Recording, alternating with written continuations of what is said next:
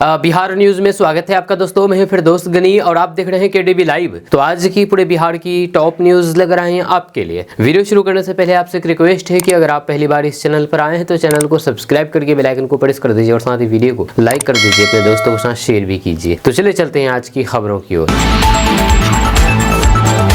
दोस्तों, भोजपुरी के power star Pawan Singh की पत्नी ज्योति सिंह बिहार विधानसभा चुनाव 2025 चुनाव लड़ने वाली है। वह जल्द ही घोषणा करेगी कि किस सीट से वे चुनाव लड़ेगी। मीडिया से बातचीत करने के दौरान ज्योति सिंह ने फिलहाल अपने प्रशंसकों से धैर्य रखने की अपील की है। उन्होंने कहा है कि रोहतास के डेहरी और काराकाट इलाके में वे जहाँ भी जा रही है, महिलाएं उनका पारंपरिक तरीके से स्वागत कर रही है। या घर की माताएं उन्हें खोइछा दे रही है। ये तो तय है कि वे चुनाव लड़ेगी, लेकिन जनता का जो निर्णय होगा उसी के आधार पर वे सीट की घोषणा करेंगी। आपको बता दूं कि ज्योति सिंह जो कि पवन सिंह की पत्नी है, उन्होंने डेहरी में शनिवार को एक वैवाहिक कार्यक्रम में शामिल होने के लिए पहुंची थी। इस दौरान उन्होंने कहा कि डेहरी और फिर काराकाट दोनों विधानसभा ही उनके लिए प्रिय है। वे जिस भी विधानसभा में जा रही है उन्हें भरपूर प्यार मिल रहा है। वहीं पर जब उनसे पूछा गया है कि किस विधानसभा से चुनाव लड़ेंगे, तो इस पर उन्होंने कहा कि उनकी पसंद सर्वोपरि नहीं है। जिस किसी पार्टी को वे ज्वाइन करने वाली है उस पार्टी की पसंद सर्वोपरि है। लगातार लोगों से मिल रही है, उनसे विचार विमर्श कर रही है। ऐसे में जो बातें निकल करके सामने आएगी उसी के आधार पर अपनी सीट तय करेगी। ज्योति सिंह भोजपुरी के पावर स्टार के नाम से चर्चित पवन सिंह की धर्म पत्नी है। यह पिछले कुछ सालों से दोनों के बीच कानूनी विवाद भी चल रहा है, लेकिन इसके बावजूद भी ज्योति सिंह पिछले लोकसभा चुनाव में पवन सिंह के कंधा से कंधा मिलाकर के चुनाव प्रचार करती देखी गई थी। इस दौरान ज्योति सिंह की भी लोकप्रियता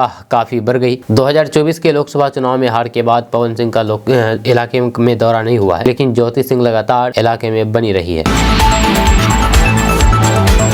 दोस्तों, इस साल 18 जनवरी को पहली बार बिहार आए कांग्रेस नेता राहुल गांधी 18 दिन बाद जब दूसरे दौरे पर पटना पहुंचे, तो फिर विधानसभा चुनाव से पहले उनकी बिहार की बढ़ती दिलचस्पी से गठबंधन के अंदर और बाहर हलचल तेज हो गई है। यह संविधान सुरक्षा सम्मेलन और फिर जगलाल चौधरी जयंती समारोह के बहाने राहुल गांधी दलितों और फिर पिछड़ों के बीच कांग्रेस को वापस ले जाने की घोषणा कर रहे हैं। 2020 में 70 सीट लड़ करके 19 सीट जीतने वाली कांग्रेस बिहार में जिस हालात में है, उस संदर्भ में उसमें राहुल गांधी की बढ़ती नीतीश कुमार की अगुवाई वाले एनडीए से ज्यादा उनके सहयोगी लालू प्रसाद यादव और तेजस्वी यादव के आरजेडी के लिए चिंता का विषय है। जब लोकसभा चुनाव के बाद विपक्षी दलों के लगातार बिखर रहे इंडिया गठबंधन को लेकर के तेजस्वी यादव की सोच पहले ही साफ हो चुकी है। जब उन्होंने दिल्ली में अरविंद केजरीवाल की आम आदमी पार्टी के साथ कांग्रेस का तालमेल न होने पर कहा था कि गठबंधन लोकसभा चुनाव के लिए था, तेजस्वी ने हालांकि तब कहा था कि कांग्रेस बिहार में शुरू से उनके साथ है। यह समस्या सीट बंटवारे को लेकर के है, जिसमें कांग्रेस 2020 के लड़ी 70 सीटों की संख्या से कोई समझौता नहीं करना चाहती। राजद की मुसीबत और इच्छा है कि कांग्रेस कम सीट लड़े, जिससे जिनका स्ट्राइक रेट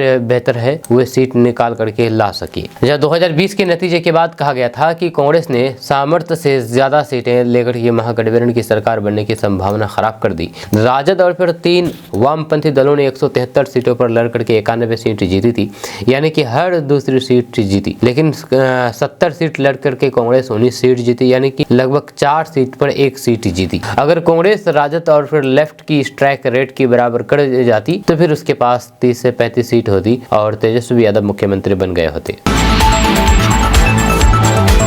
दोस्तों, बिहार के सरकारी स्कूलों में बड़ा बदलाव हुआ है। अब छात्रों की विद्यार्थियों की हाजिरी ऑनलाइन होगी। हर क्लास की फोटो भी अपलोड की जाएगी। आपको बता दूं कि बिहार में शिक्षा की गुणवत्ता सुधारने के लिए लगातार सरकार कदम उठा रही है, नए नए कदम उठा रही है। इसी दिशा में अब सरकारी स्कूलों में शिक्षकों की तरह विद्यार्थियों की उपस्थिति भी ऑनलाइन दर्ज करने की योजना बनाई गई है। शिक्षा विभाग ने इस पहल को पायलट प्रोजेक्ट के रूप में पहले 6 जिलों पटना, नालंदा, वैशाली, जहानाबाद, सारण और भोजपुर में लागू करने का निर्णय लिया है। यदि ये प्रयोग सफल रहता है तो फिर इसे पूरे बिहार में लागू करने पर विचार किया जाएगा। शिक्षा विभाग के अपर मुख्य सचिव एस सिद्धार्थ ने इस संबंध में सभी संबंधित जिला शिक्षा पदाधिकारियों को निर्देश जारी कर दिया है। निर्देश के अनुसार शुरुआत में कक्षा 3 के विद्यार्थियों की उपस्थिति ऑनलाइन दर्ज की जाएगी। इस व्यवस्था के तहत चयनित विद्यार्थियों को टैबलेट उपलब्ध कराया जाएगा और इन टैबलेट्स के माध्यम से छात्रों की उपस्थिति ई शिक्षा कोष पोर्टल पर अपलोड की जाएगी।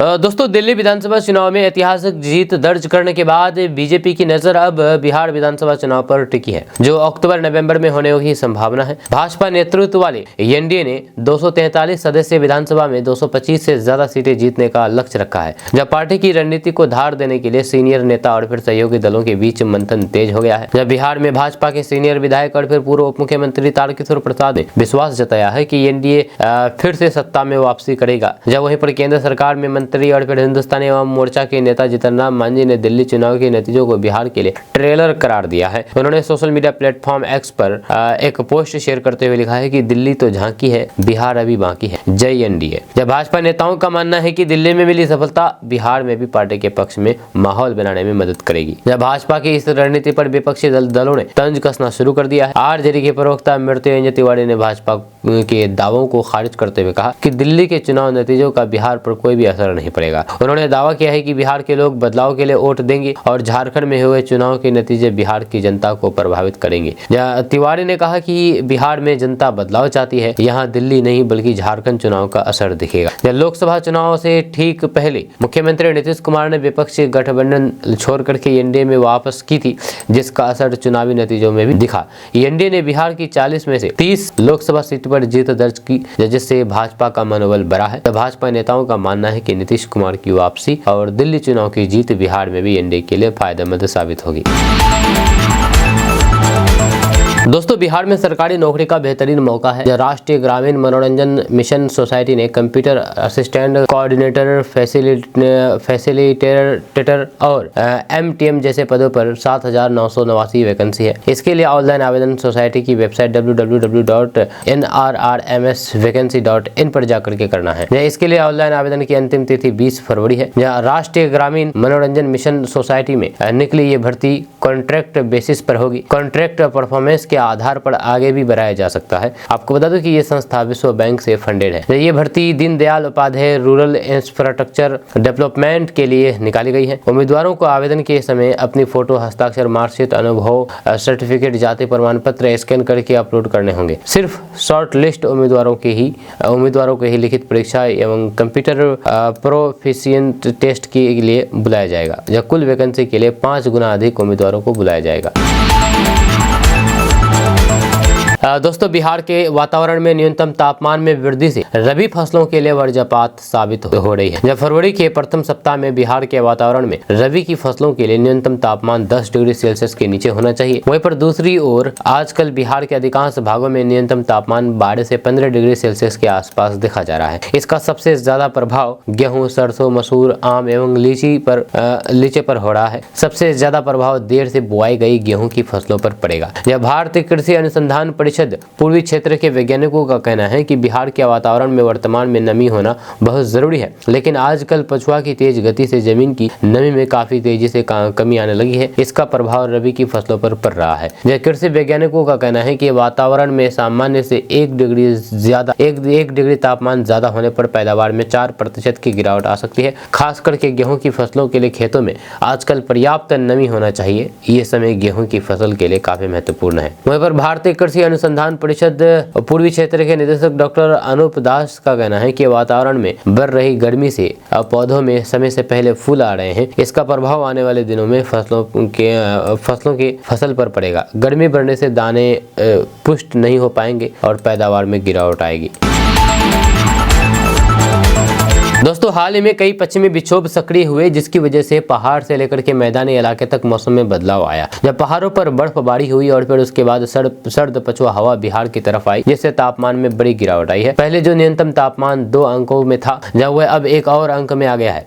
अब क्योंकि पछुआ हवा की रफ्तार कम हो गई है, इसलिए अगले 2 दिनों तक तापमान में धीरे धीरे बढ़ोतरी होगी। इसके बाद तापमान में फिर से गिरावट आ सकती है। पटना स्थित मौसम विज्ञान केंद्र के वैज्ञानिक कुमार गौरव ने बताया है कि 10 फरवरी के बाद एक बार फिर से हवा की रफ्तार बढ़ेगी और फिर 15 फरवरी तक ठंड का असर महसूस किया जाएगा। वैज्ञानिक कुमार गौरव के माने तो पश्चिमी विक्षोभ अब पहाड़ों से आगे बढ़ चुका है। इस वजह से पर्वतीय क्षेत्र के ऊपरी भागों में छिटपुट हिमालय, हिमपात और कुछ जगहों में मध्यम बर्फबारी हुई है। पश्चिमी विक्षोभ के गुजरने के बाद आमतौर पर तापमान में गिरावट होती है। इसका प्रभाव बिहार में देखने को मिला है। 8 फरवरी से ही पछुआ हवा की रफ्तार कम हो गई है। 8 फरवरी की देर शाम में एक नया पश्चिमी विक्षोभ पर्वतीय इलाकों में एक्टिव हुआ है, जिससे इसे हवाओं की रफ्तार धीरे धीरे एकदम कम हो जाएगी और तापमान बढ़ेगा। 10 फरवरी तक तापमान में बढ़ोतरी होगी और फिर 10 फरवरी के बाद फिर से हवाओं की रफ्तार तेज होगी और फिर 15 फरवरी तक प्रभावी रहेगी। इस दौरान तापमान में फिर से गिरावट होने की संभावना है। ये बदलाव आने वाली ठंड की विदाई के संकेत हैं। दोस्तों, बिहार के भागलपुर के एक स्कूल में 8वीं कक्षा की छात्रा के साथ पिछले दिनों आपत्तिजनक स्थिति में पकड़ाए गए बीपीएससी शिक्षक पर विभाग का डंडा चला है। शिक्षक को सस्पेंड कर दिया गया है। जहां निलंबन की अवधि में शिक्षक को क्या करना है इसकी भी जानकारी दे दी गई है। जहां डीपीओ स्थापना ने मामले में कार्रवाई करते हुए पत्र जारी कर दिया है। जहां इधर शिक्षक का वीडियो सोशल मीडिया पर वायरल हो रहा है। शिक्षक के इस घिनौने कृत्य की निंदा हर तरफ की जा रही है। जब भागलपुर के गौराडी के मध्य विद्यालय करहड़िया में एक छात्र के साथ आपत्तिजनक स्थिति में पकड़ाए गए शिक्षक तरुण कुमार तांती को डीपीओ स्थापना देव नारायण पंडित ने निलंबित करते हुए विभागीय कार्रवाई के अधीन कर दिया है। जब निलंबन की अवधि में आरोपी शिक्षक तरुण कुमार तांती प्रखंड विकास पदाधिकारी बिहपुर के कार्यालय जाकर के अपनी हाजिरी बनाएंगे। जिला कार्यक्रम पदाधिकारी ने इसे लेकर के पत्र जारी करते हुए कहा कि बीओ की रिपोर्ट के अनुसार एक छात्र के प्रति नकारात्मक सोच के साथ उस शिक्षक द्वारा गलत व्यवहार किया जा रहा था। पकड़ाए जाने पर ग्रामीणों के द्वारा उस शिक्षक के साथ मारपीट की गई। ग्रामीणों द्वारा थाना गौरोडी को सूचित करके पुलिस आरोपी शिक्षक को लेकर के थाने ले आई। दोस्तों, बिहार में कच्चा तेल और नेचुरल गैस की संभावनाओं के बढ़ने से बिहार के ऊर्जा क्षेत्र में एक नया मोड़ आ सकता है। विशेष रूप से बक्सर और समस्तीपुर जिले में गंगा बेसिन के इलाके में इस खनिज संसाधनों के मिलने की प्रबल संभावना है। आपको बता दें कि बिहार में जमीन के अंदर तेल और गैस का भंडार हो सकता है। ये संभावना जताई जा रही है। इसके अलावा सीवान और फिर पूर्णिया जिलों में भी कच्चा तेल और गैस के संकेत मिले हैं, जो बिहार के आर्थिक परिप्रेक्ष्य में एक महत्वपूर्ण बदलाव ला सकते हैं। कच्चा तेल और फिर नेचुरल गैस की खोज बिहार में पहले भी की जा चुकी है, लेकिन हालिया सर्वेक्षण में ये संभावना मजबूत है कि इन संसाधनों की प्रचुरता बिहार के विभिन्न हिस्सों में हो सकती है। जब विशेष रूप से बक्सर और समस्तीपुर जिलों में जहां पर ओएनजीसी द्वारा खोज के प्रयास किए जा रहे हैं। जैसे समस्तीपुर जिले में लगभग 308 वर्ग किलोमीटर और फिर बक्सर जिले में 52 वर्ग किलोमीटर क्षेत्र में सर्वेक्षण की प्रक्रिया चल रही है। इस खोज में नई तकनीकों का इस्तेमाल किया जा रहा है, जो कि इसे और भी सटीक और प्रभावी बनाती है।